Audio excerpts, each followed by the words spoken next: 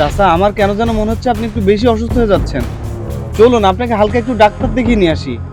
আচ্ছা ভাই, আপনাদের সমস্যাটা কি আমি বুঝলাম না। পাবলিক বাসে যাচ্ছে, অনেক দূর জার্নি করব, আর কানের কাছে যদি এভাবে জ্ঞান জ্ঞান জ্ঞান জ্ঞান করেন তাহলে কিভাবে জার্নিটা হবে বলেন তো?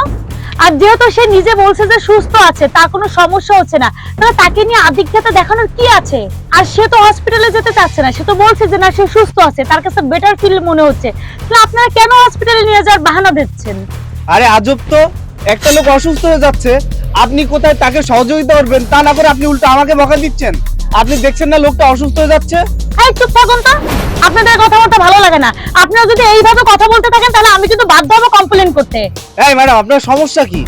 একজন মানুষ অসুস্থ, ওই আমরা তাকে হেল্প করতেছি আর আপনি আমাদের বাবা মা তুলে কথা বলছেন। আপনার সমস্যাটা কোথায় আপনি বলতে পারেন? আপনার তো মনে হয় কোনো আত্মীয় স্বজন নেই, তাই না? কেউ অসুস্থ হয় না, তাই না? একটা মানুষ এখানে অসুস্থ, আপনিও পারলে তাকে হেল্প করবেন, তা না করে আপনি উল্টো আমাদেরকে সাজাচ্ছেন। উনি যদি আপনার বাবা হতো তখন কি করতেন? আমরা হেল্প করলে আপনি আমাদের সহযোগিতা নিতেন না? বাবা হতো কিন্তু বাবা তো না। আর যদি আমার বাবা হতো না তাহলে এইভাবে একলা রাস্তার ভিতর ছেড়ে দিতাম না। হয় আমি থাকতাম, না হয় আমার ভাই থাকতো, আর না হয়তো আমার ফ্যামিলি পার্সন কেউ থাকতো। এত আদিক্ষেতা কিসের আপনাদের, আমি তো বুঝলাম না। আর আমরা একটা জায়গায় যাচ্ছি, জার্নি তো কোথায় রাস্তাঘাটে শুভ কামনা করবো তা না।